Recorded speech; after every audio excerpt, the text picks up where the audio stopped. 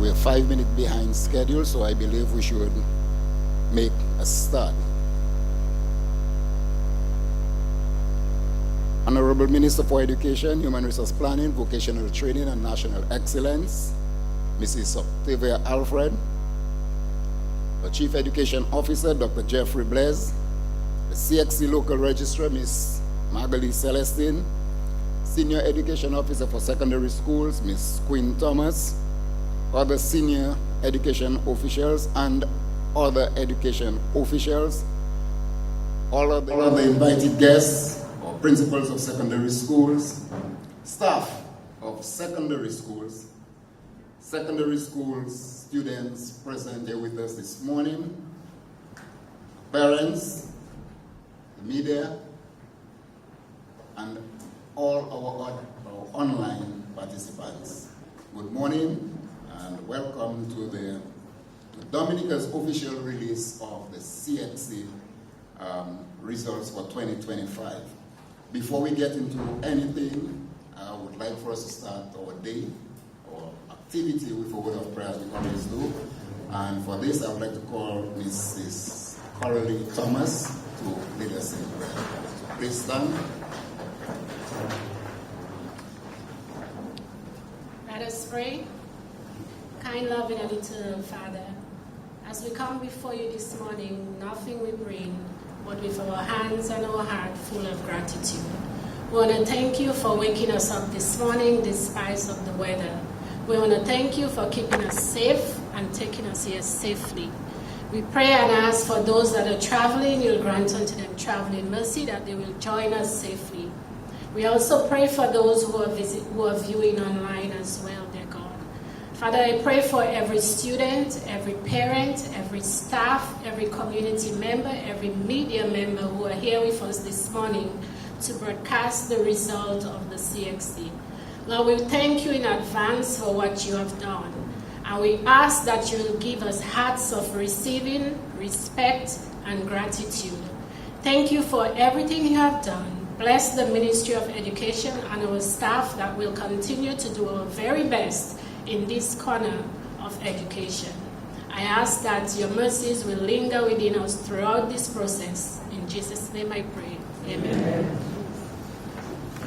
Thank you, Mrs. Thomas. You may have your seats.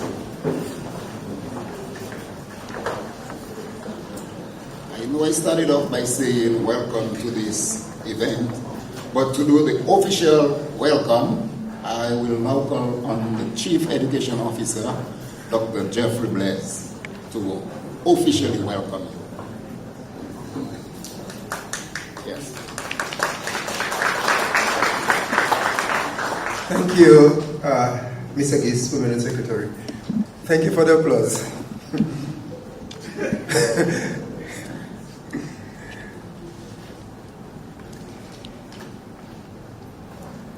Honorable Minister for Education, Human Resource Planning, Vocational Training and National Excellence, Honorable Alfred, the Acting Permanent Secretary in the Ministry of Education, Mr. Gis, CXC Local Registrar, Ms. Magali Celestine, Senior Education Officer for Secondary Schools, Ms. Quinn Thomas, other senior education officials, other staff of the Ministry of Education, invited guests, principals of secondary schools, teachers of our secondary schools, our students who are here with us this morning, as well as those who are within reach of my voice,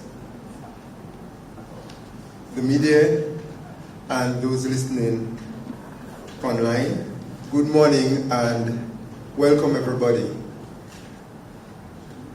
Before we proceed, I would like us to just stand so that we can observe a moment of silence for our teachers and students who may have passed during the last period, and I make special reference to Ms. Danica Paul, who was a former at the Convent High School, who passed recently.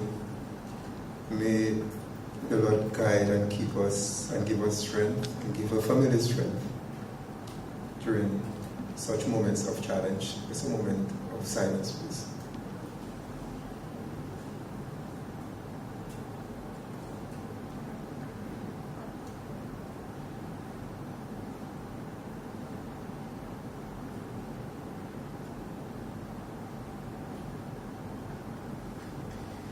Thank you very much. You may be seated.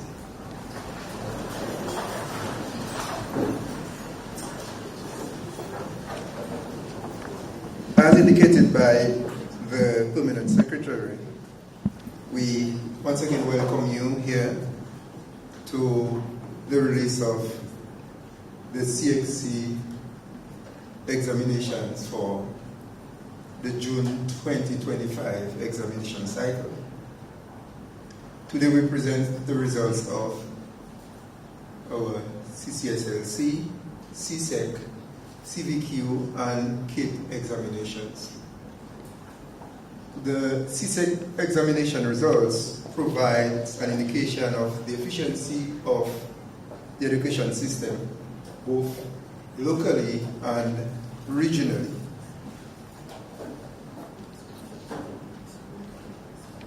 In my capacity as Chief Education Officer,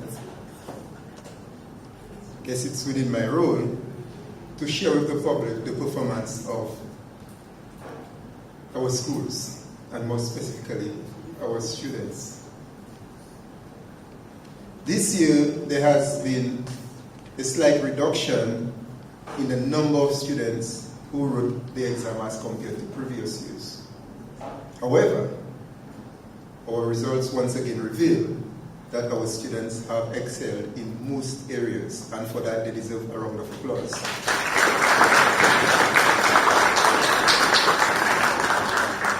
We have recorded a slight increase in our overall percentage pass over last year, but 1% increase. Additionally, our students have maintained above average performance, and that's above the average of the regional level this year, just as we did last year, and I think to my recollection the year before as well.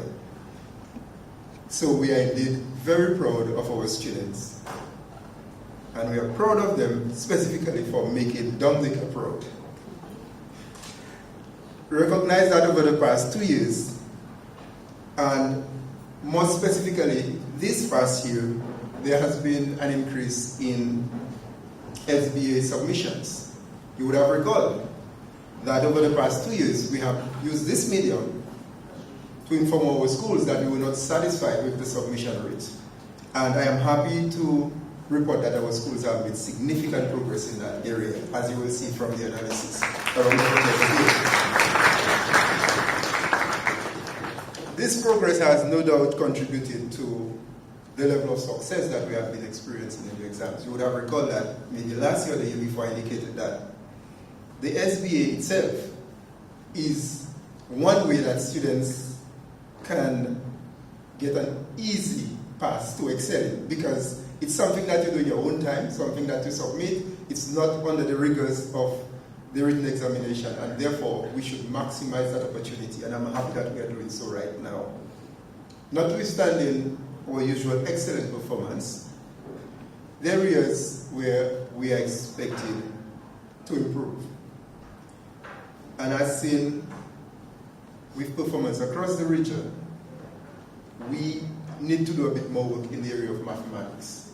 You would have realized again from the analysis, you will see that our performance is comparable to the regional performance. Last year we exceeded the regional performance in mathematics. This year we are just on par with the region in mathematics performance. But the entire region needs to improve in that area. And we have had a number of discussions both at national and regional level on mathematics performance. I must say that as a ministry we have taken significant steps to augment this challenge.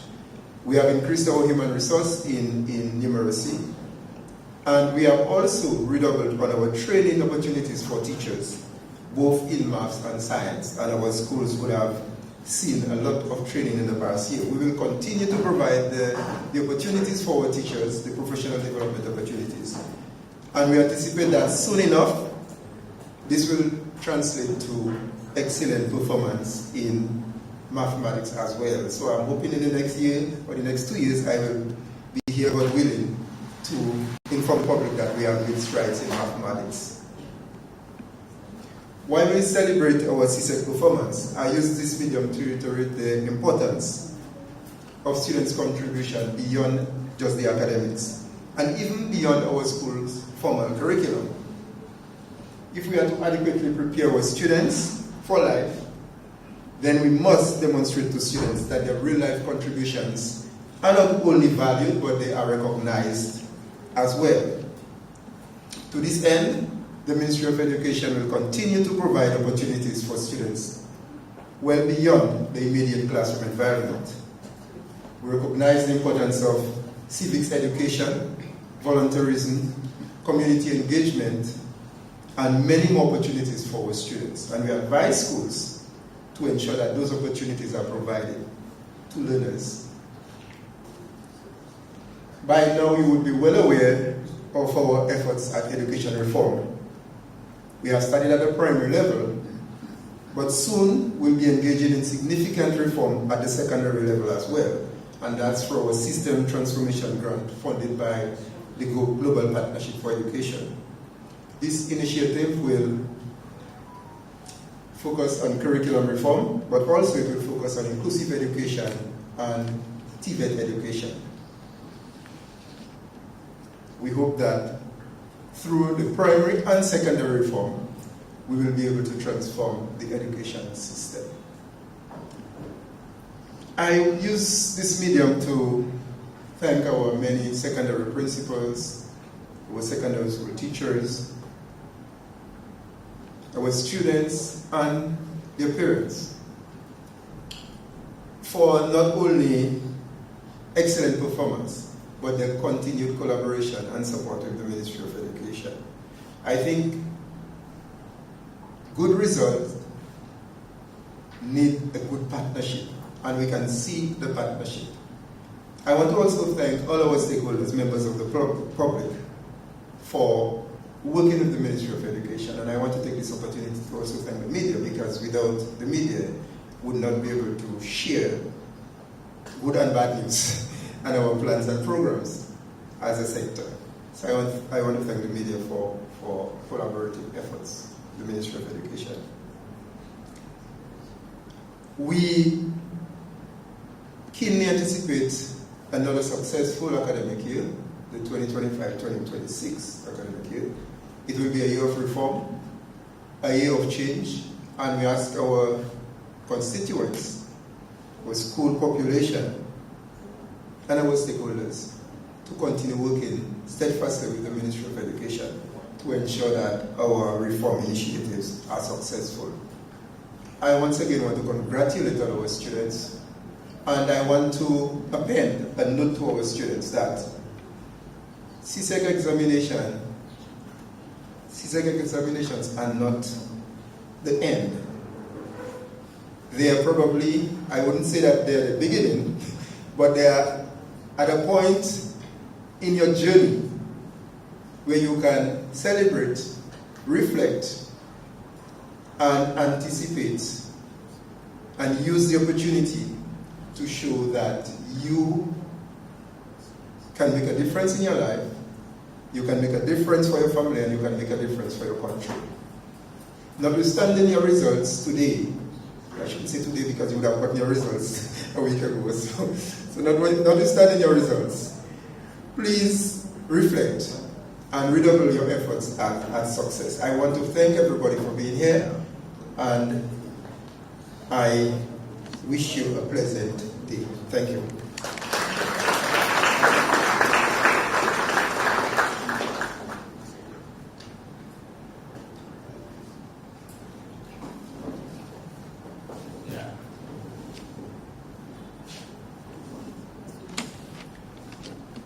About 2 Fridays ago, we had the official CXU regional release of results. That was the official regional release by CXU. Today we're here for Dominica's release of results, our Dominican students. I know we're waiting anxiously to see what our performance is. To do so, I will call on Ms. Celestine, who is still trying to set up the PowerPoint. We had a little technical difficulties earlier. Yes, so I call on Ms. Celestine. Let's welcome Ms. Celestine to give us an analysis of the result. Please note that this is preliminary results. Thank you. Yes. Thank you, PS. Thank you for that note also. A pleasant good morning to everyone. Let me recognize the presence of our Honorable Minister for Education, Human Resource Planning, Vocational Training, and National Excellence, Mrs. Octavia Alfred. Our acting PS in the Ministry of Education, Mr. Robert Gist. Chief Education Officer, Dr. Jeffrey Blaise. SEO Secondary Schools, Ms. Queen Thomas. Other MOE officers, our invited guests, principals and deputies of secondary schools, the staff of secondary schools as well, secondary students present, and if we have any KIP students as well, welcome. The media, our online participants, good morning everyone. Our presentation will be up shortly, but I can begin with an overview of our exams. As local registrar CXC, it's my duty and responsibility to present the analysis of the 2025 CXC results. Ladies and gentlemen, this is our true COVID-19 impacted cohort. This group of students started secondary school life with face masks in 2020, and they were obliged to participate in virtual learning, a phenomenon which was new to the entire region. Let me publicly thank the Education Trust Fund staff for absorbing the cost of 50% of the CSEC registration fees for 162 candidates at all 14 secondary schools. And this sum totaled $42,860. I'm indeed grateful for your benevolent act every year. Without your financial support, our results would not be as interesting. I am appealing, therefore, to members of the private sector and the public at large to make a greater contribution towards the operations of the Education Trust Fund. I'll begin with an overview of the administration of the 2025 exams. The 2025 exams were administered across 17 centers around the island. 75% served as center supervisors, chief invigilators, and invigilators. CSEC exams were completed within 6 weeks, and the CAPE was administered over a 7-week period, while CCSLC was done within 1 week, and CVQ was completed in 1 day. Due to a growing shortage of suitable devices and, in some cases, poor internet connectivity at our centers, only 11 out of the 17 centers were equipped for e-testing of all CSEC, CAPE, and CCSLC multiple choice papers.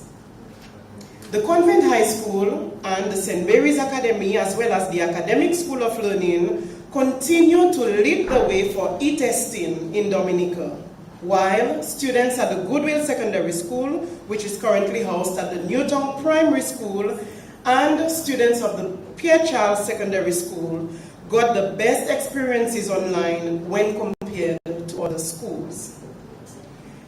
There was one cell phone incident in the CSEC exam room this year, and it was a minor issue. All paper 3-2 CAPE and CSEC exams were offered in the hybrid mode. This means that candidates had to log on to a device to view the question paper, and booklets were provided for written responses. This hybrid approach will soon become the norm. So, Madam Minister, there is a call for more compatible devices and better internet service at our schools to facilitate not only teaching and learning throughout the year, but also assessment. There was an increase in absenteeism, mainly because of candidates not feeling adequately prepared and candidates not showing up on the day of the exam due to lack of self-motivation or, in some cases, misinterpretation of the timetable. So if they had an exam in the afternoon, they did not show up, or they had it in the morning and show up in the afternoon, and here they go missing that exam. Candidates faced varying levels of hardships in 2025. We lost one registered candidate at the Northeast Comprehensive School 1 month prior to the start of exams. That was really a blow. In addition, 3 candidates lost their dad, 2 candidates lost their mom, and 1 private candidate lost her husband while preparing for the May-June 2025 exams. CXC continues to support candidates by offering compassionate considerations to those affected. This year, we were able to successfully administer CSEC and CAPE exams to Dominican candidates in other Caribbean territories. I want to publicly thank the local registrars of Anguilla, Antigua, Barbados, British Virgin Islands, and St. Kitts and Nevis, who accommodated our candidates warmly. Not only Dominican candidates benefited from this arrangement, but CAPE candidates of Montserrat chose to register with the Academic School of Learning to complete associate degree courses while in Montserrat. I had to make arrangements also for a Bajan athlete who had an exam while on island. Thanks to technological advancement, we can accommodate candidates who reside abroad in the Caribbean region, as well as those who have to migrate for various reasons. As we go through the slides this morning, it's not yet ready. I hope it will connect soon. Please bear in mind that the results are preliminary. And some candidates have already expressed interest in querying their grades. So this means the statistics are subject to change. Also, there are 20 boys of SMA who are still awaiting their physics grade. So our results are incomplete. However, CXC is working closely with me so that we can remedy that situation as quickly as possible. So let's begin with the analysis of the 2025 CAPE results. PS is making magic for me.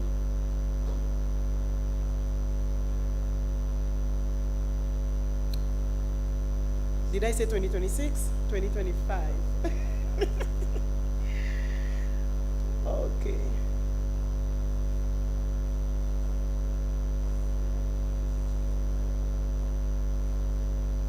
All right, good. So this slide, if you click for me, PS, this slide shows our CAPE candidate and subject entries for the period 2021 to 2025. From 2021 to 2024, the number of candidates registering for CAPE has been on a constant rise. For 2025, the total number has dropped slightly, but is consistent with the total for the year 2023. Although the number of candidates was highest in 2024, the subject registration was lower than the 2 previous years, and in 2025, it dropped even further. This is mainly because CAPE offers students the opportunity to either do single units that are relevant for matriculation to pursue their field of study, or an ensemble of 10 units to complete the associate degree in specific fields. Next slide. A total of 144 candidates wrote the CAPE exams in 2025. This comprised of 99 females and 45 males, 6 less candidates than 2024. 2 private institutions submitted a total of 136 candidates with SBA component, and 8 candidates attempted the paper 3-2 as privates. Candidates attempted 10 double unit subjects and 12 single unit subjects, a total of 32 out of 75 units offered by CXC. There were no registrations for the CAPE new generation subjects such as animation and gaming, digital media, green engineering, financial services studies, and design and technology. This is an area to explore to provide more opportunities for our students at the Dominica State College, the Academic School of Learning, and the Business Training Center. Next slide. 111 or 77% of the candidates passed a minimum of 1 and a maximum of 7 units with acceptable grades 1, 2, 3, 4, and 5. This represents a 12% increase in performance when compared to 2024. 33 candidates, or 23%, did not pass any of the units registered for. Last year, 52 candidates were not successful. So this means this year there was a 12% decrease in that number. Dominica's overall performance at the CAPE level is 80%, which is below the regional average of 93.2%. However, when compared to 76.22% in 2024, we performed better by 3.78%. Next slide. Although our overall percentage pass is below that of the region, however, we still have reasons to celebrate our CAPE performance.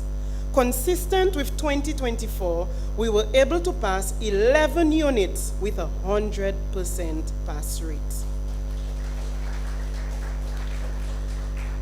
Next slide. Dominica performed above the regional averages in 14 out of 32 units. Dominica captured first place positions in 11 CAPE units when compared with regional performance. PS, next slide, please. We emerged at the top in the region in 2 CAPE units. Imagine we outperformed Grenada, St. Lucia, and St. Vincent in Literatures in English Unit 2, and we outperformed St. Lucia in Pure Mathematics Unit 2. To prove our competitiveness, we shared first place in the region with other territories in 9 units. Caribbean Studies, we shared that with Montserrat. Chemistry Unit 2 with Belize and Montserrat. Computer Science Unit 2 with Barbados, Montserrat, and Guyana. Electronic Technology Unit 1 with Anguilla and St. Kitts. Entrepreneurship Unit 2 with Antigua, St. Lucia, and St. Martin. Information Technology Unit 1 with Anguilla, Barbados, Montserrat, St. Kitts, and St. Lucia. Information Technology Unit 2 with Anguilla, Antigua, Barbados, Guyana, Montserrat, St. Kitts, St. Lucia, and St. Martin. Sociology Unit 1 with Belize and St. Martin, and Tourism Unit 1 with Antigua, Barbados, Montserrat, St. Kitts Nevis, and St. Lucia. We deserve a round of applause. This graph shows that females scored more grade 1s in 2025, and females also dominated the acceptable grades 1 to 5, and unfortunately the failing grades 6 and 7. Grade 5 was the most popular passing score for both males and females. The performance in 10 out of 32 CAPE units was affected by absenteeism this year. Management of Business Unit 1 recorded the highest number of absent candidates. Entrepreneurship Unit 1 trailed closely behind. I encourage candidates to turn up for exams. Your absence not only affects you personally, but it has a domino effect on your center and the region by extension. Next slide. The CAPE preliminary results show a 3.78% increase in the overall percentage pass of students receiving acceptable grades 1, 2, 3, 4, and 5 in the 2025 CAPE exams when compared to 2024. This is the second highest percentage pass rate over the last 5 years.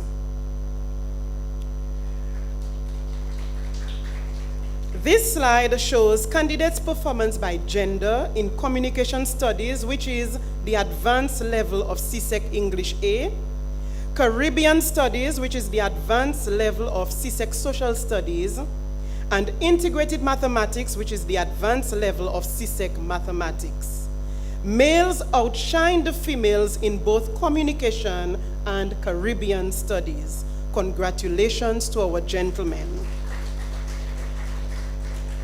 To wrap up our CAPE analysis, let's take a look at our performance in CAPE subjects that are relevant to local and regional development for the period 2023 to 2025.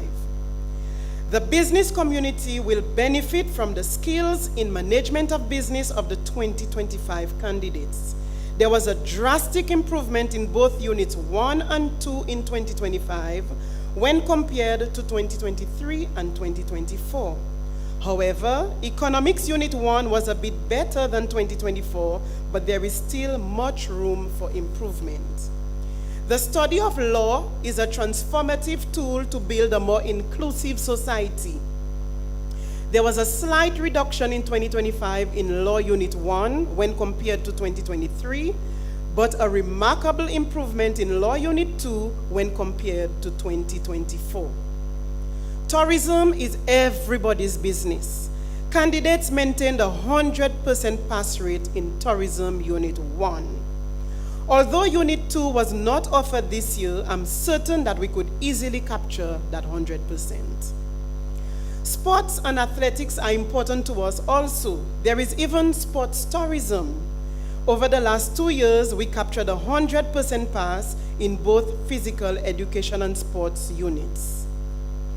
More IT specialists are required on island in this digital era, and so the 2025 cohort has done exceptionally well in maintaining a 100% pass in Computer Science Unit 2 and Information Technology Unit 2, while doubling efforts in the Unit 1s. We are poised to navigate throughout AI and digital transformation. Generally, candidates do CAPE after secondary school. Last year, Ajonaya Kazimi broke the norm, making history in Dominica and the Caribbean region. This year, 3 candidates showed similar exceptional and commendable prowess. I would like to applaud our valuable parents who provide support to their children every step of the way throughout their educational journey. Parental support is key to a child's success, and thankfully, some parents have grasped that concept very well and play their role. Parents, even if you may not know all of the content, but your physical presence, your words of encouragement, the financial support, the company at night while the child is burning the midnight oil, participation in school activity, all of these count towards your child's success. Parental support was explicitly displayed throughout Kenny Lee Barron's academic journey. In 2017, she outshined the DBS radio reading competitors. In 2020, she excelled at the Grade 6 National Assessment. She started secondary school at the Portsmouth Secondary School and was transferred to the St. John's Academy, which eventually closed its doors in 2023. She completed her secondary education at the Academic School of Learning, which offers both secondary and tertiary educational opportunities. There, she registered for 14 CSEC subjects and 5 CAPE units, a total of 19 CXC subjects. In 2025, she obtained grade 1s in 13 CSEC subjects with 1 grade 2. A grade 1 in CAPE Information Technology Unit 1, and grade 2s in Biology Unit 1, Chemistry Unit 1, Physics Unit 1, and Computer Science Unit 1. Congratulations to the parents, the teachers, and the support group of our 16-year-old star who is joining us online from the United States. Special mention must also be made of Form 4 students who challenged themselves in 2025 with the consent and support of their parents and teachers, and they excelled. Ayani Kazimi, a student of Form 4 at Convent High School, attempted Cape Law Unit 1 and Unit 2 with the Academic School of Learning, and Cape Sociology Unit 1 with the Business Training Center, and she scored grades 1, 2, and 3. Excellent work. Dilani Vache, a Form 4 Dominican student now residing in Barbados, sat Pure Mathematics Unit 1 and Physics Unit 1 with the Academic School of Learning and obtained grade 2 in both units. Excellent. So you see, with determination, perseverance, and hard work, our students can achieve much. Congratulations are in order for our Cape institutions also, and I look forward to greater expansion of your programs as you strive for excellence and provide greater opportunities for our youth. Let's move on now to the analysis of the 2025 CCSLC results. This exam is mainly offered at the Form 3 level and is used as an indicator of candidates' performance after the Grade 6 National Assessment and their projection towards CSEC in Form 5. Next slide. This slide shows our CCSLC candidate and subject entries for the period 2021 to 2025. 2025 recorded the highest number of candidates registered for the Caribbean Certificate of Secondary Level Competence, CCSLC, over the last 5 years. In 2021, although the candidate entries were less than 2025, more candidates were registered for additional CCSLC subjects than in 2025. Next slide. 9 secondary schools submitted candidates for the 2025 CCSLC exams. A total of 715 school candidates wrote the exams, which comprised of 387 males and 328 females. Notice we had more boys than girls. And this figure represents 76 more students than in 2024. We had 20 more males and 56 more females. Exams were done in 7 different subject areas, with schools attempting a minimum of 2 to a maximum of 7 subjects. Overall, the candidates performed well. 486 of those candidates, which represents 68%, obtained either mastery and or competence in the CCSLC exams.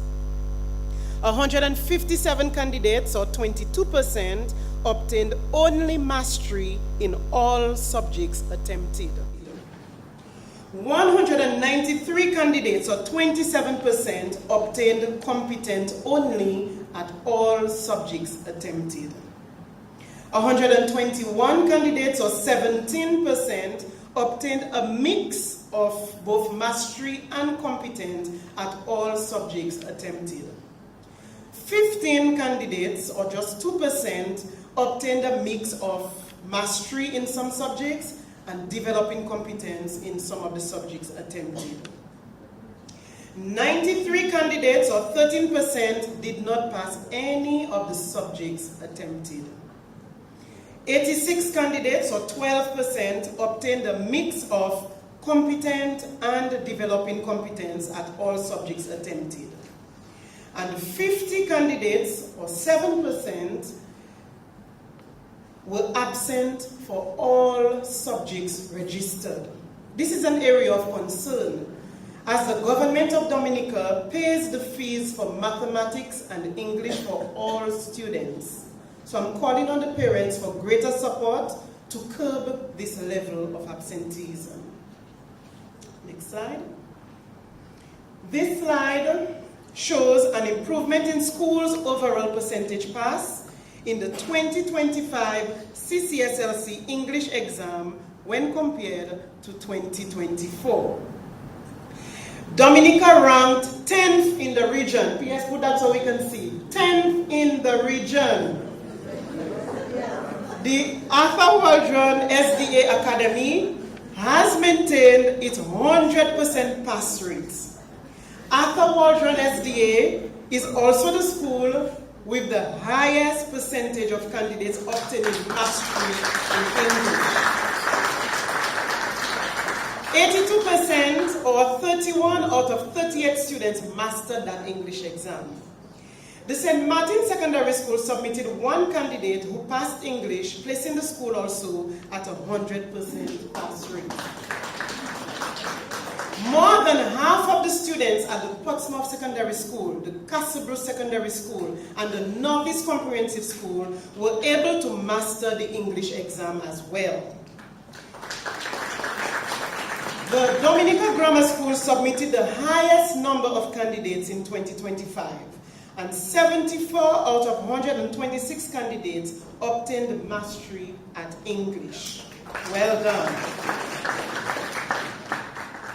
On the next slide, we will take a look at schools' performance in CCSLC mathematics. Dominica has also ranked 10th in the region for CCSLC math. The Portsmouth Secondary School and the Arthur Waldron SDA Academy maintained their performance of 100% like in 2024, with more than half of their candidates obtaining mastery at mathematics. Castlebrook Secondary School also obtained a 100% pass rate in 2025. 65% of the candidates, or 41 out of 63 at Castlebrook Secondary School, mastered the mathematics exam. This is an improvement when compared to 2024. Again, the Dominica Grammar School submitted the most candidates in 2025, and they moved from 79% in 2024 to 83.5% in 2025. This year, both the Castlebrook Secondary School and the Dominica Grammar School had a 4.5% improvement rate. Excellent. All of the subjects on this slide were administered electronically at all schools. Performance in the modern languages was extraordinary this year. Spanish is the most improved subject, moving from 48.3% to 67.6%. That's an improvement of 19.3%. Bravo.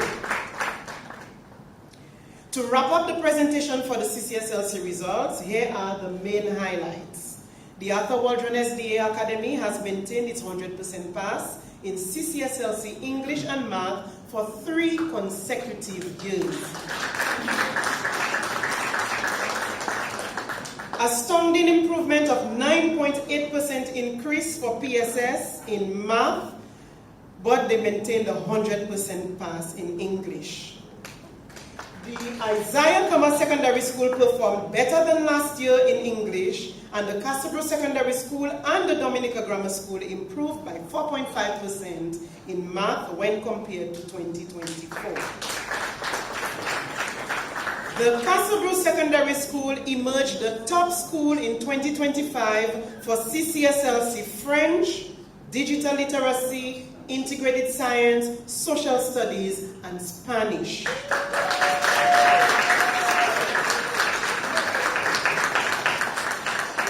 Castlebrook Secondary School shared first place with the Arthur Waldron SDA Academy and the Portsmouth Secondary School for mathematics.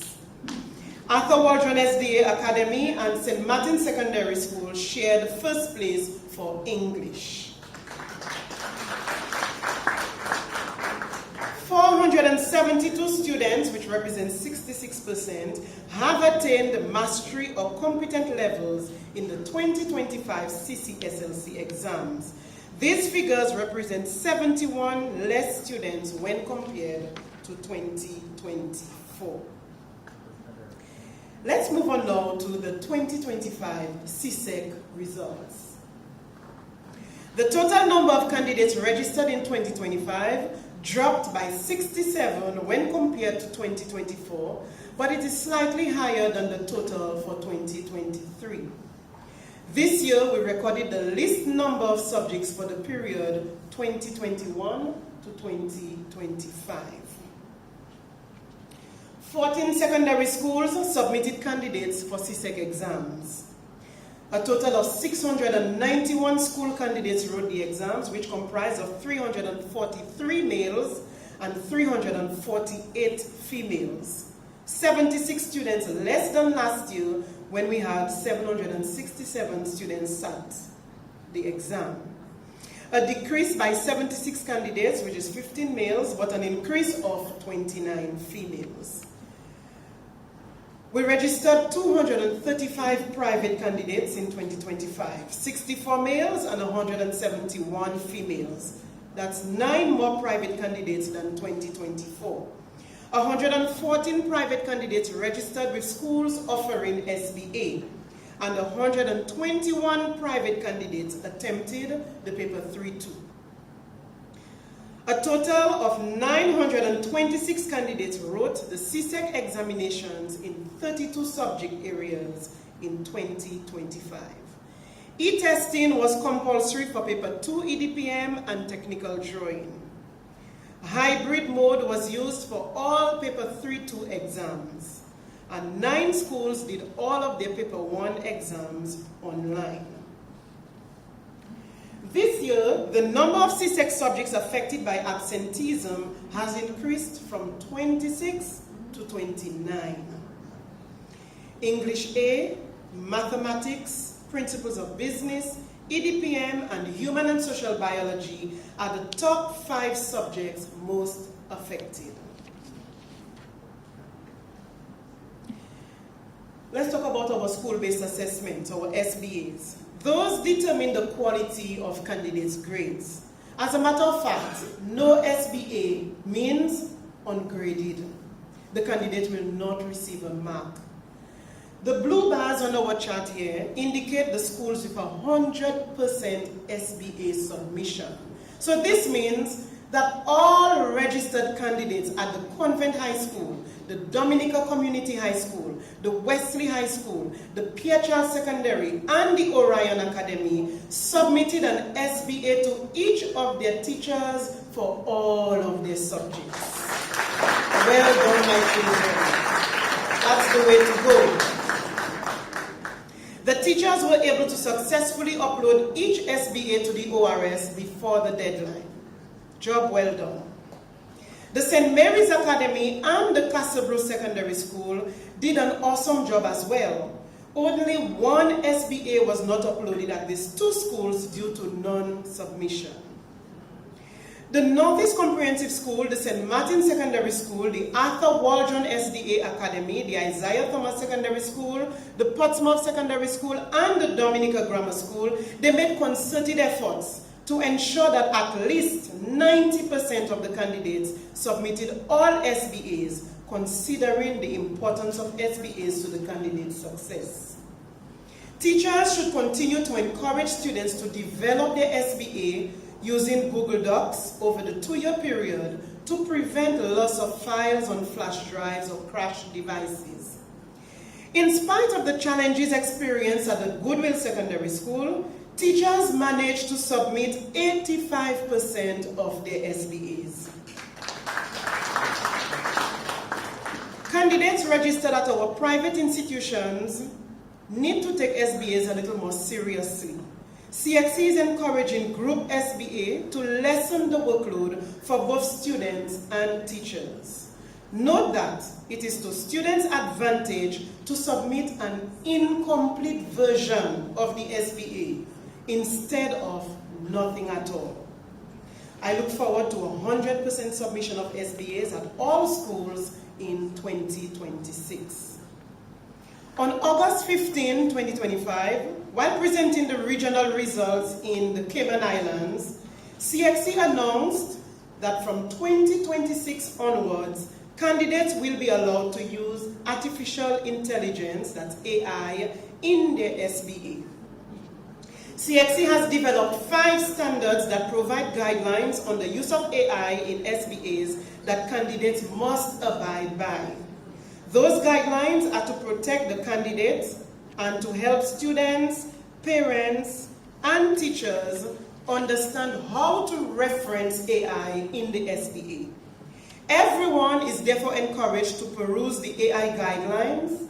It was on the previous screen at www.cxc.org/AI-policy.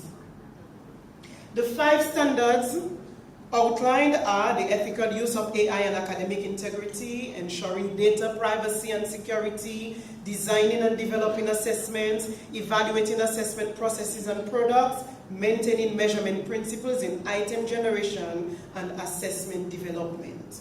So students in Form 5 preparing their SBAs for 2026, and those at the CAPE level, please ensure you peruse that document on the CXC's website so you are aware of the guidelines. The preliminary results show a 0.2% increase in the overall percentage pass of students receiving grades 1, 2, and 3 in the 2025 CSEC exams when compared to 2024. This is the best performance for Dominica for the period 2020 to 2025. In terms of Dominica's overall performance at the 2025 CSEC exams, the following are noteworthy.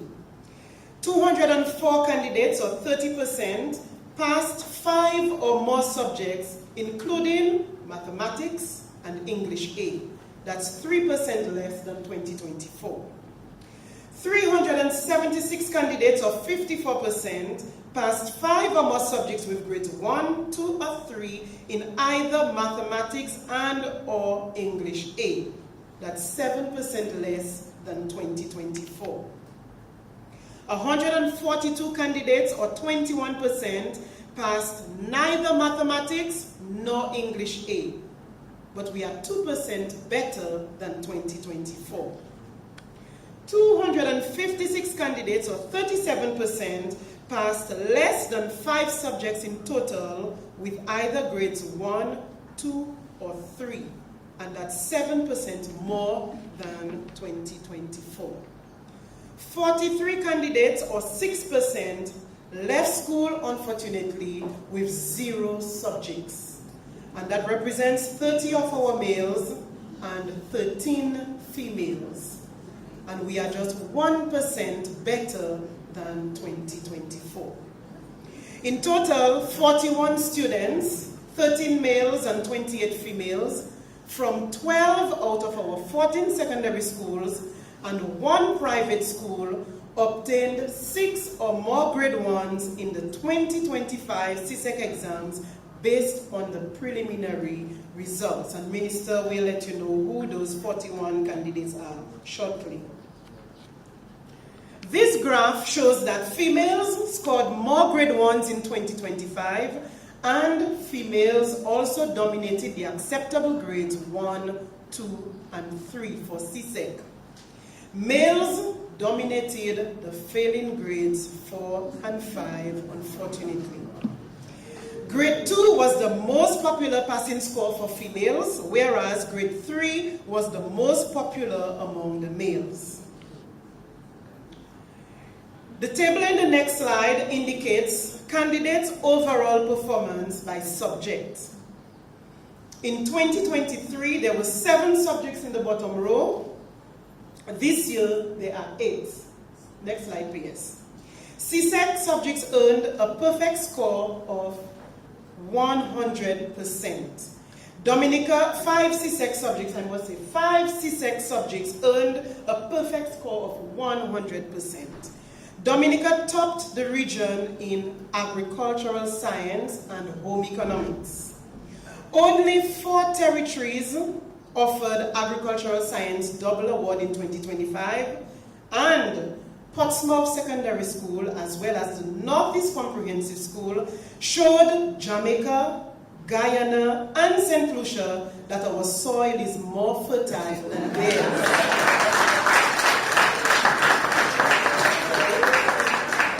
5 students of the PHR Secondary School sat textile, clothing, and fashion, and the quality of our sewing could not compare with what Antigua, Grenada, Guyana, Jamaica, and even Barbados produced. Excellent work, my dears. We shared first place with territories in the region for music, PE, physical education and sports, and theater, arts, dance, and drama. We shared first place in music with the British Virgin Islands, Cayman Islands, Grenada, Turks and Caicos. We shared grade 1 first place position in physical education and sports with the British Virgin Islands, Montserrat, St. Lucia, St. Martin, Suriname, and Turks and Caicos. We shared first place position in the region in theater arts with Anguilla, British Virgin Islands, Cayman Islands, Grenada, St. Kitts and Nevis, and St. Martin. Our students are working. Yes. Hats off to our outstanding schools and teachers for a job well done. So the goal in this table is to eventually clear the bottom row and have all our 32 subjects at the top. Mathematics and French, they remain glued to the under 60% category. The Isaiah Thomas Secondary School introduced additional mathematics for the first time in 2025, a subject predominantly done by the Convent High School, and they captured a grade 1 in the subject.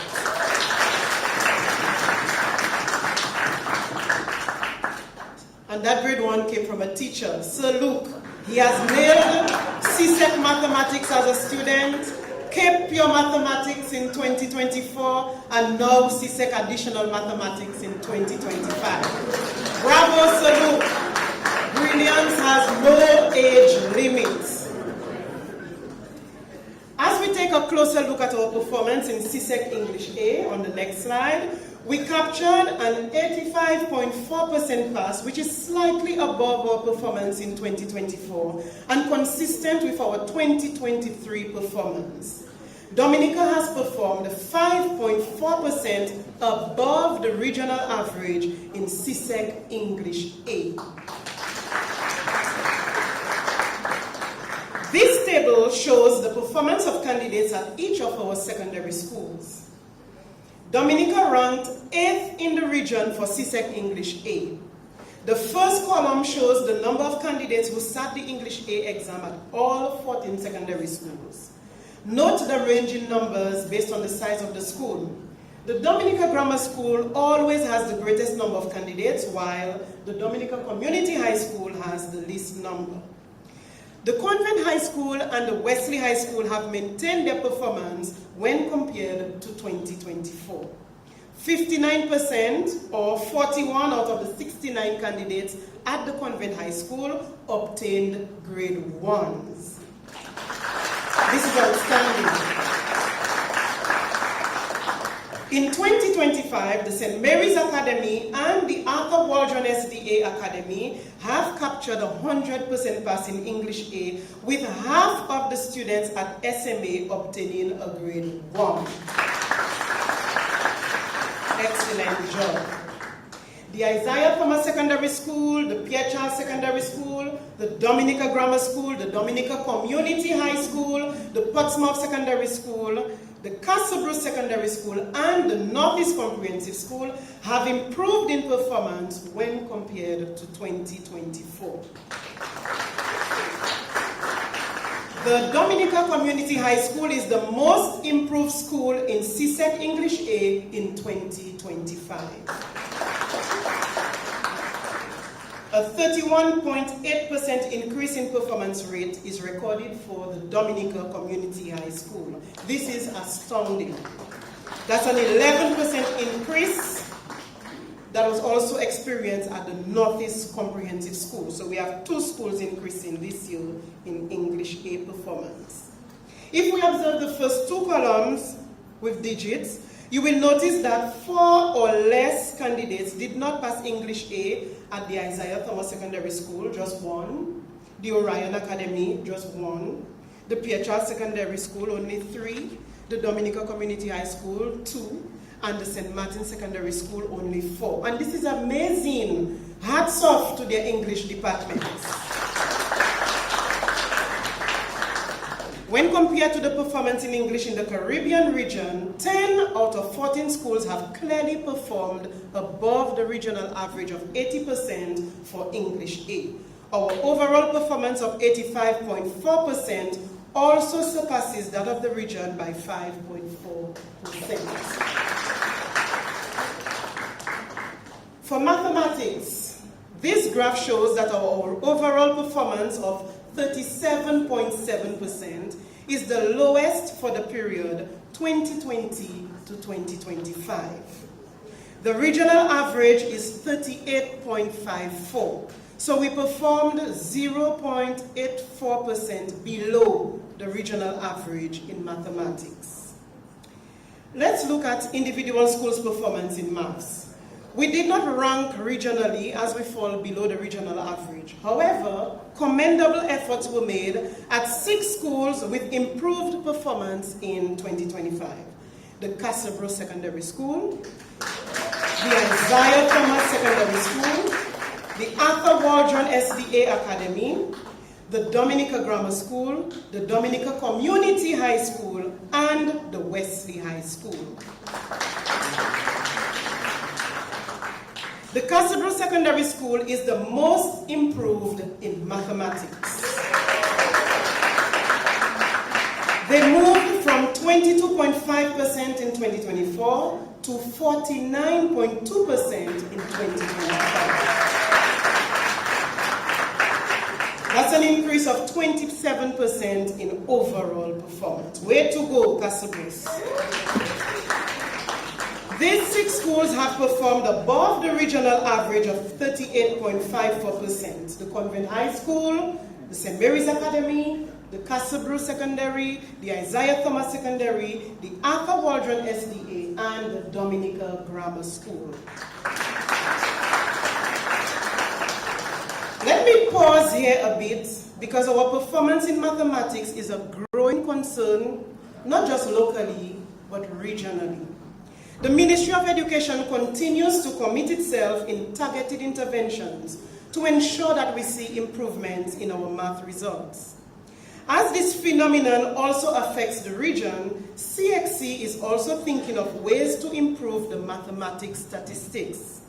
Hence, the Caribbean Examinations Council is offering candidates another opportunity to succeed as of 2026 by introducing CTEC, the Caribbean Targeted Education Certificate. In addition to CSEC, which offers a one-time sit-in after a minimum of 2 years at the end of 4th and 5th form of interaction with the syllabus, CTEC promotes a modular approach for mathematics and English. The CSEC syllabus is divided into 3 modules, just like CAPE, and candidates are given the opportunity to sit 1 module at a time. At the end of each module, candidates will receive a micro-credential with a letter grade A, B, or C. And once all 3 modules are completed, candidates will be awarded a CSEC certificate. This approach will benefit both our advanced learners as well as our slow-paced learners in terms of the quality of the grade. The Ministry of Education continues to explore the logistics and timetabling implications and will engage principals and teachers in further discussion. Next slide. When Dominica's performance is compared to that of the region, we stand tall. This slide shows a few examples, but 24 out of our 32 subjects are above regional average. Dominica has performed overall 3.46% above the regional average in 2025. Dominica ranked first in the region for Agricultural Science Double Award and Textiles, Clothing and Fashion. And Dominica shared first place in the region for Music, Physical Education and Sports, and Theater, Arts, Dance, and Drama. On the next slide, for the science-related subjects, Agriculture Double Award and Human and Social Biology have maintained their percentage pass rates. Agriculture Double Award emerged the top science subject in 2025. Next slide, please. We see improvements in agricultural science, single award, biology, integrated science, and chemistry when compared to 2024. Integrated science is the most improved science subject in 2025. Unfortunately, our physics results are incomplete at the moment. However, we are already at a pass rate of 83.3%, much less when our 20 SMA boys add to that for us, we will go higher up. I'm working closely with CXC to resolve this issue at the soonest. I indulge the patience of our 20 boys affected at SME. Jeremy Roll, a student of Form 4 at Castlebrook Secondary School, submitted CSEC SBA for English A, Math, and HSB and obtained grade 1s in all 3 subjects. That's another good example of success with parental support. For the humanities, on the next slide, when compared to 2024, there was a considerable improvement of 33.3% in the performance of geography, making it the most improved and top-ranking humanities subject in 2025. Only 5 candidates were not successful at geography, although we were low on the grade 1s, so quality need to improve. Improvement was also recorded for Caribbean history. The revised social studies syllabus was tested for the first time in 2025. Although candidates performed better overall last year, social studies and French contributed the most grade 1s for the humanities subjects in 2025. For the technical and vocational subjects on this next slide, performance has improved in textile, clothing and fashion, food, nutrition and health, and industrial tech, electricity when compared to 2024. Technical drawing has maintained its performance. Textile, clothing and fashion is the most improved and top-ranking TVET subject in 2025. Great things are happening at Pierre Charles Secondary School. Food, nutrition and health recorded the most grade 1s in TVET. Only 3 candidates were not successful at food, nutrition and health, and just 2 for electricity. This next chart reveals some interesting statistics about TVET. The diagram shows us that this year, more than half of our boys and girls left secondary school with skills in at least one TVET subject. TVET subjects are offered in 13 out of the 14 secondary schools on island. Girls scored the most grade 1s in TVET in the next slide, in TVET subjects, while the boys captured the majority of grade 2s and 3s in TVET subjects. For the business subjects, we see improvement in principles of business and economics. Principles of business captured the most grade 1s and is the top-ranking business subject in 2025. Economics, though, is the most improved business subject in 2025. In the other subjects category, performance was improved in physical education and sports. Theater arts maintained its performance. This year, students at the Northeast Comprehensive School sat theater arts dance for the first time as a part-time subject, and they scored grade 1s. Hats off to Mrs. Lisa Mills Thomas of Full Circle Performing Arts. our CVQ results, it's a constant success from inception. This year, 4 female candidates were registered for the 2025 CVQ in Garment Production Level 1. Students of the Northeast Comprehensive School joined the Goodwill Secondary School again as they await center approval from CXC auditors. All 4 candidates were deemed competent and they will receive their 2025 Level 1 CVQ certificates. Ladies and gentlemen, let me congratulate again all of our candidates on their outstanding performances at all levels. Our strengths in 2025 are CCSLC French, CSEC Agricultural Science Double Award and Textile Clothing and Fashion, CAPE Literatures in English Unit 2 and Pure Mathematics Unit 2, our regional competitiveness in CSEC and CAPE, and CVQ Garment Production Level 1. Our 2025 challenges are CCSLC Digital Literacy. We would really like to see all schools coming on board. CSEC Mathematics and French, we need to pull up those grades. And CAPE Accounting Unit 2 and History Unit 2, we need to improve there as well. Let me also remind the public that the query period is now open till September 15, 2025. Candidate receipts must be submitted for upload to the ORS for all script reviews, and the fee of $81 must accompany all grade queries. Candidates who received absent or ungraded are queried free of charge upon presentation of the candidate receipts.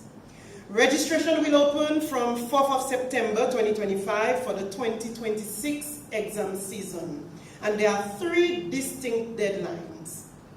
Registration closes on October 24, 2025 for candidates wishing to write CSEC exams in January 2026. Registration closes on November 28, 2025 for candidates wishing to write CSEC and CAPE exams in May-June 2026.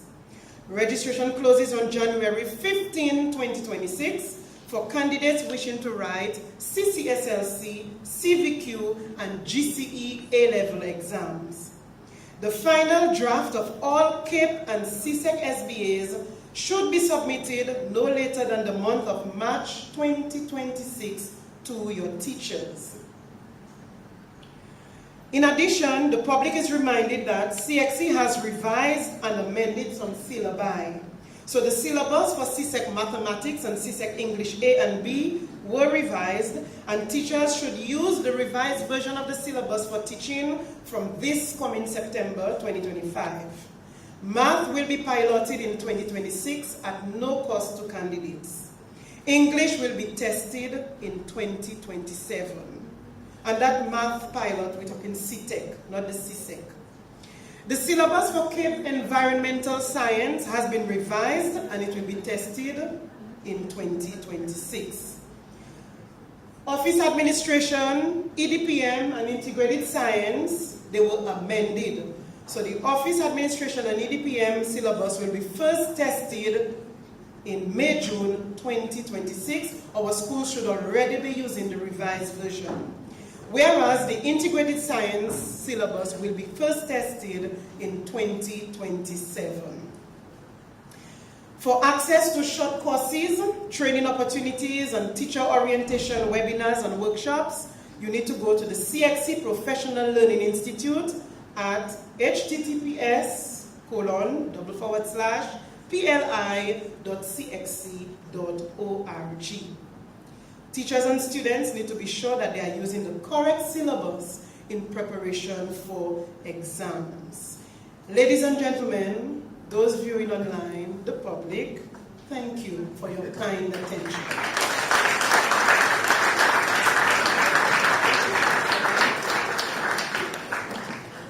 Thank you, Ms. Celestine, for this detailed report.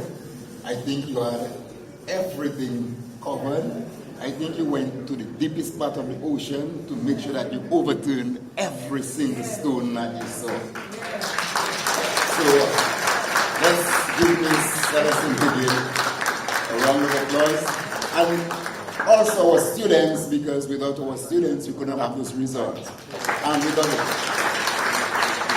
the support of the parents, we would not have those results. Because for those listening, I can almost guarantee that all the students who excel, the parents were right there with them. All right, so parents, you need to give yourself a big round of applause. Now, I am just as excited, maybe more excited than the parents, to find out how our students, individual students and schools did. Well, our students, I want to know who are the top performers, who got the 100 ones and so on. Yeah, so to do that, to do the honors, I'll call on the minister to give us some brief remarks and eventually announce the results of the government scholars. Put your hands for.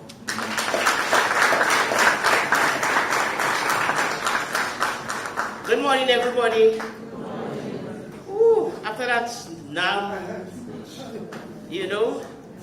but if I say an animal that fly, give the CSEC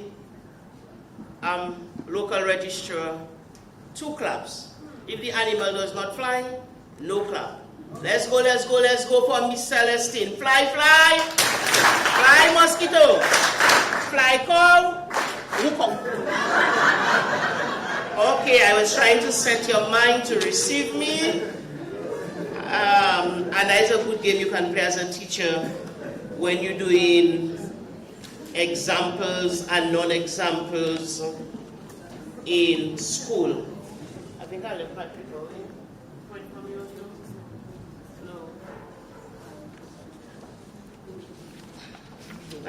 Okay. Let me acknowledge those at the head table. The Acting Permanent Secretary in the Ministry of Education, Mr. Gis, Chief Education Officer, Dr. Blaise, Local CXC Registrar, Ms. Celestine, the Senior Education Officer for Secondary School, Ms. Thomas, other Ministry of Education officials, principals, teachers, parents, students, the media, good morning. Before I announce the winners, let me just tell you a few things about my honor as an opportunity. This moment marks not just a significant period of end of a period of evaluation, but it's the beginning of a renewed commitment to excellence in education for all our students. Today we celebrate the collective efforts of students and teachers and their families, but these results are not merely numbers on a page, but they are a reflection of hard work, dedication, and passion that have been poured into our education system. Each data tells a story of progress made, challenges faced, because if some of these children who got those ones have to tell you what they have to go through, sometimes you almost want to send welfare, They work. While some people were sleeping, they were toiling in the night. While some people were in places where adults alone were supposed to be bumping up, they were in their book. So it's a lot if they tell you their challenges that they face, some of them. And it really does not mean that some of them had it all made out for them. With internet at home and electricity all the time, and if you meet some of these children, they have their challenges too. So, but they also had the unwavering support of their parents, their principals, their teachers. So I extend heartfelt gratitude to all our educators. And sometimes when we say principals, we forget those others who work with those principals. But it's all Ministry of Education officials included in that effort. You inspire, you challenge, you support our students in ways that extend far beyond the confines of the classroom. Just how some students were not sleeping, some teachers were not sleeping. It is your dedication that transforms potential into achievement. To our students, I say to you, your commitment and perseverance have brought us to this point. Your journey is one of continuous learning, and every experience, every success, every challenge should shape you into the individual you are destined to become. To our parents and guardians, your support is invaluable, and you are the first educator in your children's life. So your involvement has a profound impact on the educational experience your child will have. Today's results are a testament to what we have achieved together, but they also serve as a reminder of the work that lies ahead. We must take these insights and use them to drive our efforts forward. Education is not a static endeavor. It's dynamic. Information change. It's always moving. So as we move forward with the education reform process, beginning at the primary level, our focus will remain on several key priorities. We continue to ensure that every student has access to high-quality education, regardless of their background and circumstances. We'll continue to support our educators, and we'll continue to foster innovation, especially by embracing teaching methods and technologies that can enhance learning outcome and engage students in meaningful ways. We'll continue to strengthen community partnership by collaborating with local community people and stakeholders to support our schools and ensure that education remains a shared priority. And we'll also continue to engage our students in skills at the primary level. It will be pre-skills education and offer opportunities for lifelong learning. Because our goal, I don't know what people think about education. I was a very funny principal. My first question was, how many people didn't pass? That was my first question. After everybody jumped up and said, hey, miss, we got this, we got that. My next question is, how many people didn't pass? Because that is also a big question that requires an answer, and an answer that will lead to action. Because our goal is not to just measure success by only the grades we attain, but to continually improve and adapt, ensuring that we give our children a system that serves the needs of all our students and prepare them for a future full of possibilities. The Ministry of Education strongly advocates that each child should leave school with a skill to be able to contribute meaningfully to the economic development of Dominica. We are glad that more students are graduating from government secondary schools with passes in at least one, I see some cases, some children had 3 TVET subjects. So we are getting closer to the 100% mark. We commend all these beautiful grades, but our students must master the employability skills. 15 ones and impolite was not very far at all. 10 ones and not open to correction cannot take you further than down your steps at home. Life skills and psychosocial competencies are needed so that our students can function effectively at the workplace. We have to build the ideal Caribbean person. That is why, like last year, I asked for the names of those who didn't make it with at least 1 or 2 subjects. I will ask again for the names and addresses of these 42 students so that we can try to make contact with them, so that we can enable and empower them with knowledge and skills so that they can make a living. And let me tell you something, that is everybody's business. Because you can have your nice little son and daughter with their nice little 15 ones, and they decide to marry somebody with nada. Are you laughing? Mother's boys shatter, mother's girls like them, you know. I'm telling you, I was a principal, and then you know as the mom have to spend a lot of time with those grandchildren doing a whole lot of things when you're supposed to be there relaxing. It's not a joke. So this is everybody's business. And seeing that we have the TVET Center nearing completion, it is important for us to find these students, because I'm telling you, the real deal, the real money is in the skills. So while we are glad, the lawyers must come for us to fix their ride, and we'll build them beautiful furniture, and they don't want their furniture looking like anybody else own. We're supposed to be able to give you that among those 42 students that we will be looking for. So because we have created almost 100% universal access in Dominica to early childhood, 100% in primary and secondary and tertiary education. We have provided opportunities for lifelong learning. Dominica is leading a whole lot in education, and we need to appreciate that. Too many times when people are doing well, nobody says nothing.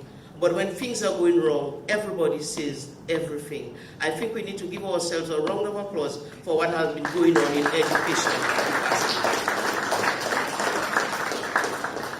I will also say that we pay 50% of fees for some students. And I think it's time for us to make parents sign an agreement that if government pays the fees and your child does not show up, you have to sign a paper to say you will refund the money. Because there are too many students who are in need of the help. So instead of paying 50% for somebody and they won't show up, I may as well pay 75% for a child who is dying to write a subject but has difficulty. So we're going to fix that up. So because in spite of all what we see, all our wonderful grades, we continue to see disregard for authority, lack of love for country and for fellow countrymen. We continue to see increase in disregard for life, human life. There's no harmony, which one? Harmony between man and his environment. AI is coming on us there so fast, and we wonder how far this will take us and how ready are we. We have closed the gap in numeracy and literacy, but we have not learned to embrace each other and our differences. We see men going to the moon and Mars, but we can't walk in our parks at any hour and feel completely safe. This is what education is all about. We stress learner-centeredness in curriculum and teaching and learning for learners to achieve the desired outcome, yet our focus continues to be heavily on assessment. Our success continues to be measured by how well we do on an exam. When we hear some schools, they calling me saying, yes. For us, that is where our whole focus is. And even when we are rated as being successful, the workplace is still disappointed. Because we have intelligence on paper, but we lack certain skills. And this is where the reform is going, to make sure you put out there a whole person, a person that can speak. And I was saying to some of the sports people, we have some boys bringing trophy, but if a news reporter put a mic to their mouth, they say, the game was good. Yes, man, the game was good, we play well. And that's as far as they can go. When a captain team just won the trophy, he's supposed to be able to say, more we've done, we play well, we play good. Well, you're laughing, but it's true. So this is what education is about. You put out a whole person outside there. And what we're looking forward to under the reform, I'm wrapping it up, is to make school happy again. Especially in preschool and primary school. Make it happy again. Because in all our enthusiasm, we throw out some things that we should not have thrown out. And this is where we're coming back now in September to the civics and to the rhymes and to the sewing. There are too many people who can't even hem a skirt. There are too many children who cannot even sew on a button. Let's teach us Shiranicofi. Because if they start learning about fabric, and you can't use that black thread on the white fabric to do. When they move to the secondary school and they start moving into the TVET sewing, there are some things that they know already. No means that. So we're going back to some things. I'm saying to us, all of our challenges that we have, for me, our biggest challenge is still lack of love for one another, lack of respect for human life, and lack of reverence for the Supreme God. That is why we even give you guidelines for the assembly at the primary school. Once upon a time, assembly was a wonderful thing in school. Now children don't want to sing. And sometimes it's not their fault because teachers don't even want to sing either. When we start in our day, our week on Monday, the neighborhood supposed to hear us singing By the Rivers of Babylon or I Am Under the Rock, and you go in your class feeling, yeah. I've done all of it. I've been there and I've done it. Therefore, we should reflect now on how we are going to incorporate education to combat some of our threats.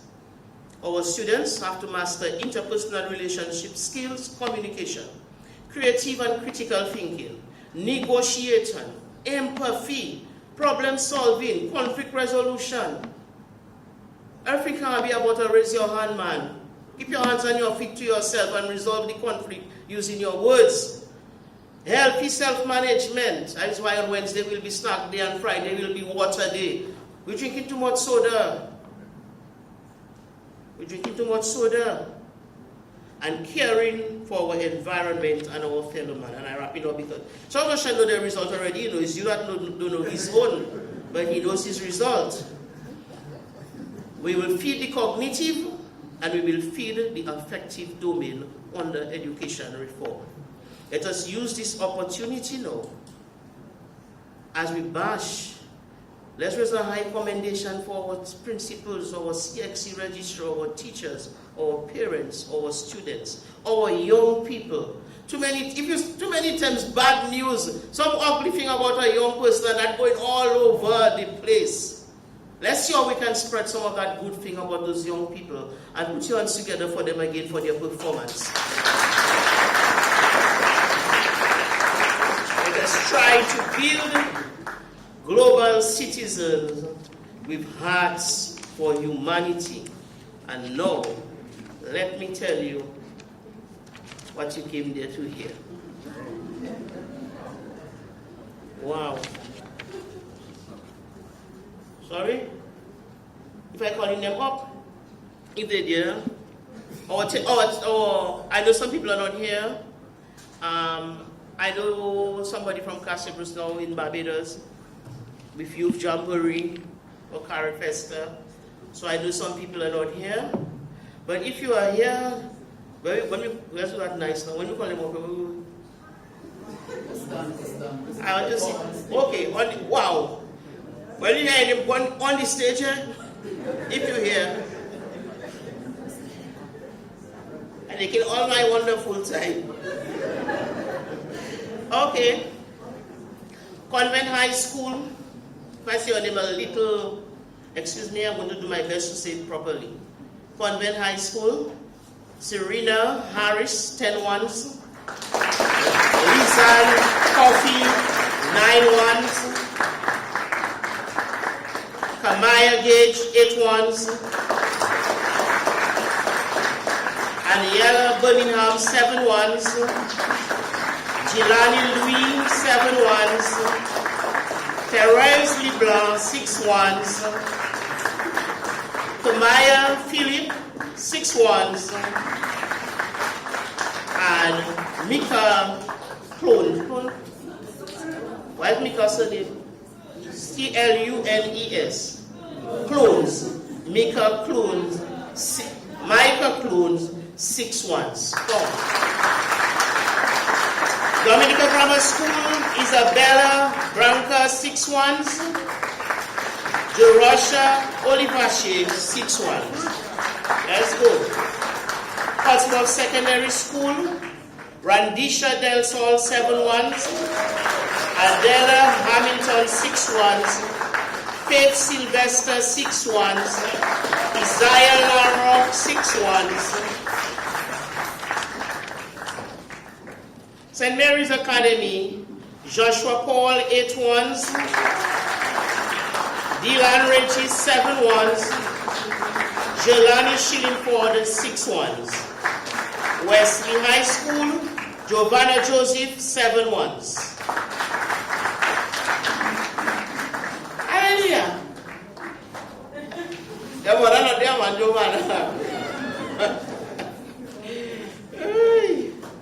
Northeast Comprehensive School, Leon Telemark, 7 ones.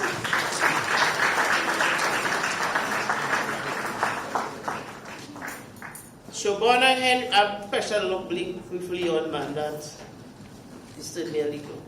Shobana Henry, 6 ones, and Janet Philip, 6 ones.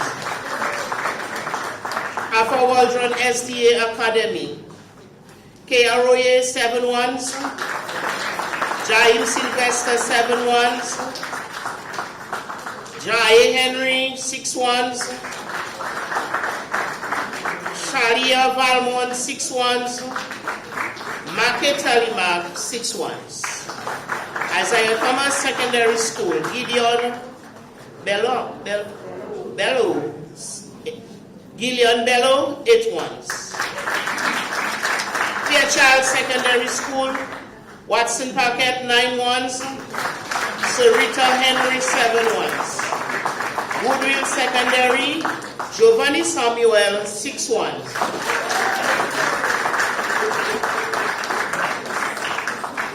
Cassibro Secondary School.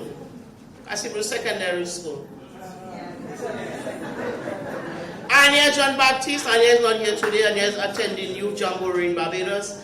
Anya John Baptist, 10 ones. Princess George, 9 ones. Rhea St. Cree, 8 ones. Rhea St. Ville, 8 ones. Tatiana Gilbert, 8 ones. Kitara Eustache, 7 ones. Aiden Laville, 6 ones. Iara Badis, 6 ones. That was Cassidy Secondary. Orion Academy, Ajadi Maxwell, 9 ones. Ifan Richard Ed, 7 ones. Remy D. Lawrence, 6 ones. Academic School of Learning, Kenelia S. Barron, 13 ones.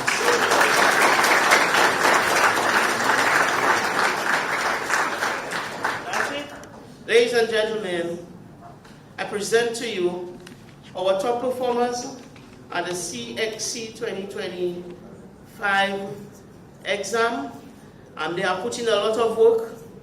This is just the beginning. The sorry thing is, you don't go and need all those subjects again, so don't bust your head.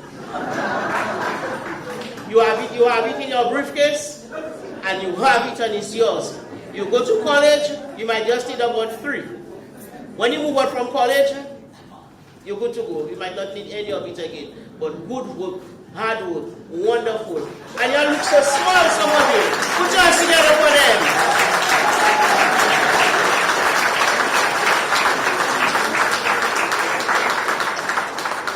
Yes, we are celebrating our students. So whenever you all are having your celebration dinner, invite me if I can. I'll come. Because they must do it at home too. Amen? So when the 60% used to come and used to quarrel for 30 minutes, no. When is the dinner? You'll tell us, and the Ministry of Education will be right there to support you in enjoying the dinner. God bless you. Jesus loves you and I love you too. Good morning. Never a dull moment. Thank you, Honorable Alfred. We have to have photos. No, stay there. Okay, so we have come to, we're near the end of our program, but just before we go to the Q&A, although Dr. Bless did that at the beginning, but I also want to express the Ministry of Education's heartfelt thanks to all the teachers, all the parents, the principals of the various secondary schools, the staff of the Ministry of Education, the support staff, the media, always with us, GIS, MO, DBS, always with us whenever we call them. The parents. thank you, because again, like I said, if not for you, the children would not give us all what they're giving us. Okay, so I don't know if you want to do the question and answer while they're at the back there. Yeah, they're young, they can stand still. They can stand, they're young, they're full of energy. I've had nice things from Miss Celestine. I don't know if you have no much questions. Yeah. Yeah, all you tired now? No, they're good, they're Okay, good. so I need 5 They're minutes good. of questions now. Yeah, so we will now open the floor to the media. Let's go. Any questions that you may have? Curtis stood first, but News was first. You mentioned that our recommendation on you for helping the students who, that did not perform well last year. And can you tell us about the measures you took last year with the students and how did that go?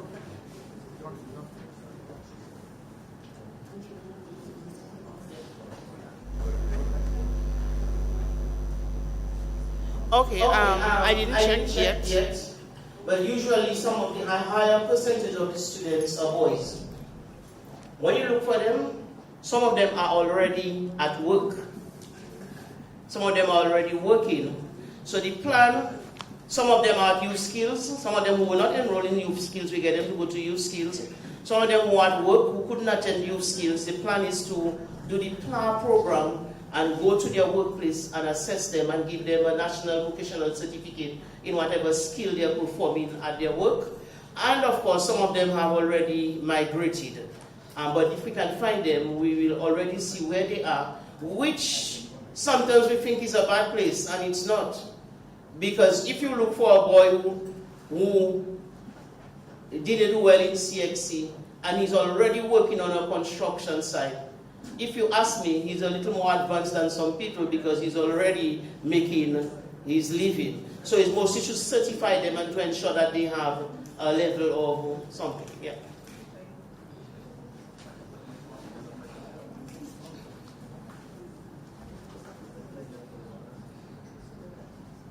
Yeah, good morning. Good morning. Yes, good morning again. My question is about the CAPE exams. In 2016, when I asked a similar question, I was told that very shortly the CAPE would be available to all students in Dominica. Madam Minister or the Chief Education Officer, can you bring us up to date on the position with Dominica and the CAPE exams? My other question, before you go on, I'll just ask a final question. My other question is on the Dominica Grammar School. Recently, it was announced that a sort of investigation will get underway to determine the structural integrity of the Dominica Grammar School. Can you tell us now whether in fact that investigation took place and whether in fact the Dominica Grammar School building will be ready for school very soon? Okay, let's take. And my third question. What us to My third question is on education reform. Now, over the last few months, we've heard a lot about education reform. We've attended a few of the consultations that the ministry held.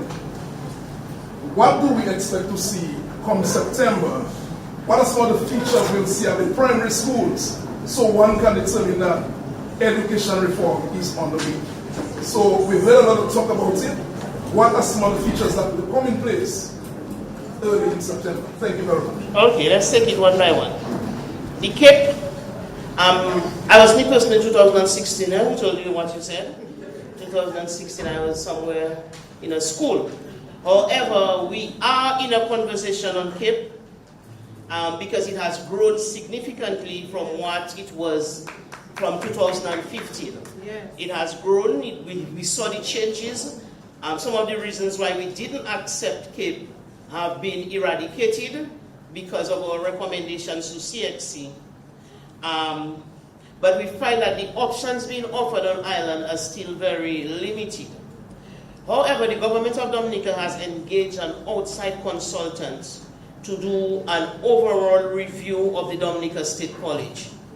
So the results of this review should inform us, or at least guide us, as to whether we want to introduce CAPE at the college, or whether we want to keep it as something separate, or where we would want to keep it. Also, we have the Center of Excellence for TVET coming on. And as you look at some of the nature of some of those subjects, they may well do better in the Center of Excellence for TVET, like the ICT and the, what they call them now, the technology and those, the tourism and some of those. So we'll have to decide what we'll do at State College, what we'll do at the Center of Excellence, and what people will do continue to do privately, as it's a process. So that's where we are so far on the CAPE field. Let's wait for the review.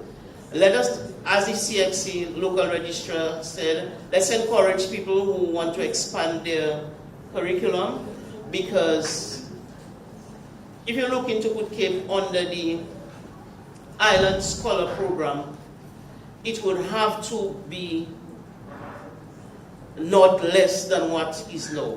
So we'd have to look at the subjects they offer in, what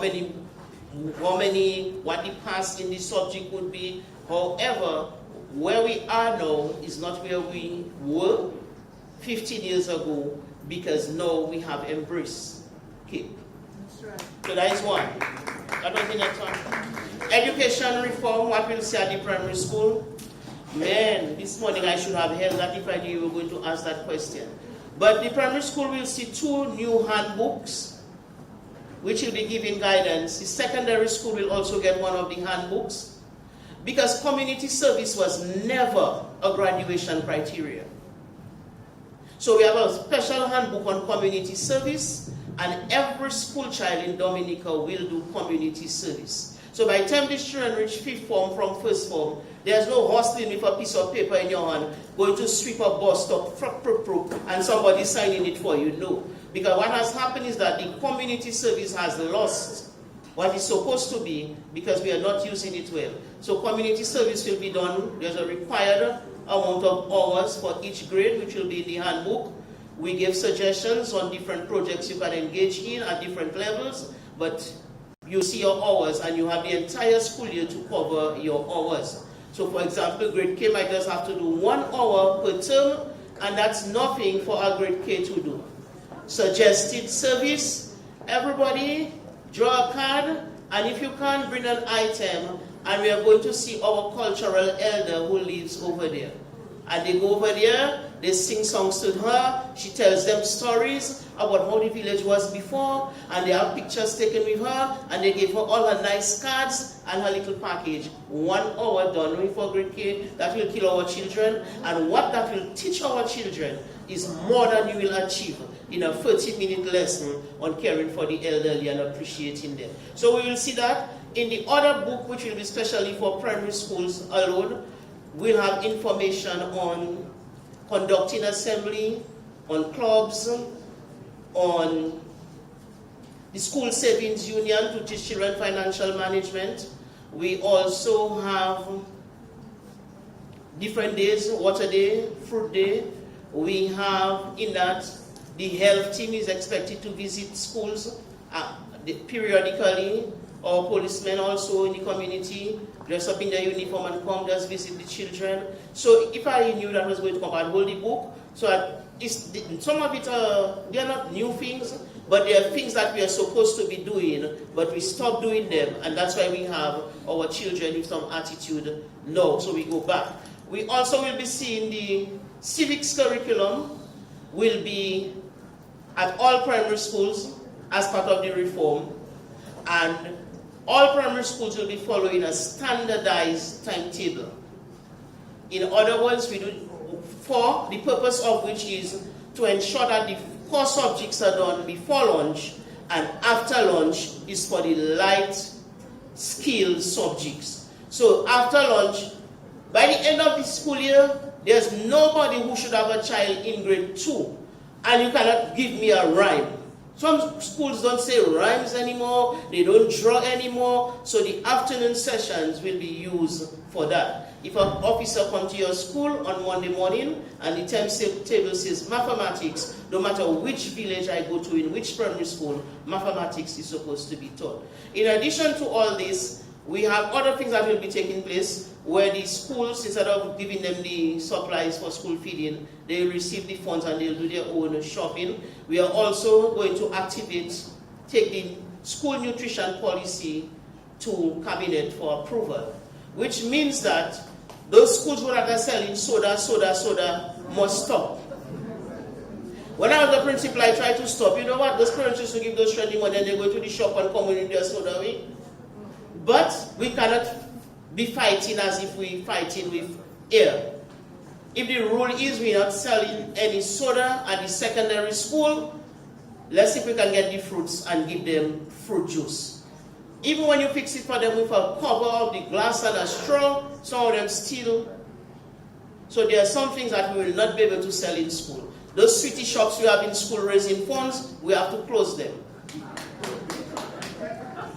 Because some of our children will die at 23 with their 10 ones because of hypertension, diabetes, and heart disease. We cannot continue so. And also, we'll continue to look at what the menu for the school feeding is, what the children having at school. Let's make sure it's good stuff. We're bringing back fruit day on Wednesday. Encourage the children to come with their fruit. So some of these things are what we'll be seeing. We will have an assessment for grade 6, but it will be different from what we have there now. We'll get more information on that later on. So these are some of the things that we're expecting to see. Not completely new things, but things that will touch the affective domain of our students and help them with other skills instead of good composition, but you can also speak well. The VPA showcase day will be in the handbook too. VPA showcase day at primary school has become jeans day for the school to collect $1. And when children dress in jeans, there are some things you just cannot do with them in changing their mode. So the jeans that you see now was actually a VPA showcase day on the last Thursday or last Friday of the month, where all the classes come together and we have a big concert, and you can use a grade 5 or grade 6 student to be the MC. That person could become a big MC at the Carnival Queen Show 10 years from now. And ladies and gentlemen, right about now we'll have a poem from grade K. And the children clap and the grade K children come well dressed up and they say their poem about the fox and the whatever it is. So I'm thinking that teachers are bought in, the parents are excited, principals are excited, all in the effort to bring back some fun to school and to build in our students psychosocial competency skills, love for country, and all of that. We good? I don't know if Chief wants to say things. No? Good. Just while you're on reform, excellent presentation by the Honorable Minister. Because she's pretty comprehensive. Just one added component is that we listened to the feedback from our stakeholders with reference to our curriculum text. I know a number of persons were lamenting on the fact that there is so much variance in terms of what happens from school to school on the book list. And we started that process a couple of years ago. Actually, in the lower primary level, we sought to align the text and reduce the number of texts that the students would have from K to 3. We have gone a step further with reform. So come September, we are looking at having some of the texts reside within the school. You would have realized, some of you, when you go back at school, years gone by, the teacher would take a whole set of readers of text from the cupboards, right, and distribute them, and the students would interact with the text, and then they would be returned to the cupboards. Some of the texts that the students are going to be using, bearing in mind that a lot of the texts are subsidized by the state, those texts will reside at the school, except for the workbooks that students will go home with, and some readers, some of the student texts on some occasions. But predominantly, we will try to keep some of these texts at the school for various reasons, obviously, because they're used mainly at the school, and we want to sort of limit the number of texts that the students go home with the backpacks, as parents always indicate. We cannot get rid of the text. We did the text because students did the text for learning, but we will significantly reduce them and also keep some of them at the school, so it will limit the amount that students go home. Thank you for that, Madam Minister. Okay, the Dominica Grammar School, the investigation was done. We had asked that they would give us the report in 2 phases. The phases with the classroom and the phases with the phase with the auditorium. Just to say that the auditorium is an independent building. It's not attached to any of the teaching areas. It's not in the way of the classrooms. It's an area, if you block it off, it doesn't affect the teaching and learning. The areas that we used before, the only work that they had to do there was to redo the rooms, redo the labs, paint over so that it can be in same level, same look with the new area. So we will be ready for September. As a matter of fact, there's a big visit, a last walkthrough with the Prime Minister and the Minister, the principal and members' parents on Wednesday morning, so that we can ensure that everything is ready. We have new furniture that we have placed there. We ordered some more furniture, and where our students will be using will be safe, because that is our top priority. I don't know if the PS want to add anything, because he's been going there almost every day. Go ahead. Well, I think the minister covered everything, but from September, the students will return to school, and they will be occupying blocks A, B, and C. Block A is the existing block, what they used before. Block B is the technical block. So when you look at grammar school before the new wing, you would see block A and B. Block B is in the car park area. Block C is actually the new wing, the part along the Riverbank Road. This is the new block. We have been doing regular site visits to the school. While from the outside it may appear that it is not ready, but all the classrooms are painted. Up to last week, the plumbing works were ongoing. It should be completed by the end of this week, if it had not been completed last week. Again, we have purchased new furniture to go along with the existing furniture that is there. Also ordered some more furniture that will be on its way. The courtyard will be paved. So even when the students come in, even though the total work is not 100% complete, but while the students are there, the works that will be ongoing will be minor. But the bottom line is that the school will be ready to accept all of our students in September. School is expected to open on September 8th, and we're expecting that our students will be at the school on September 8th. Even though the first week means orientation, but it will be orientation for the students. So we don't expect teaching during that first week, but our students will be ready. And again, as Minister said, we have an official walkthrough on Wednesday morning. Well, the time will be confirmed, but yeah. So we would like to invite GIS, DBS, the government, the state will be there. You are invited to. What happens to Goodwill Secondary School? Yes, sir. Yes, Goodwill Secondary School will continue to operate at the Newton Primary School in this area. Okay, then for the picture. It's so long they're standing there.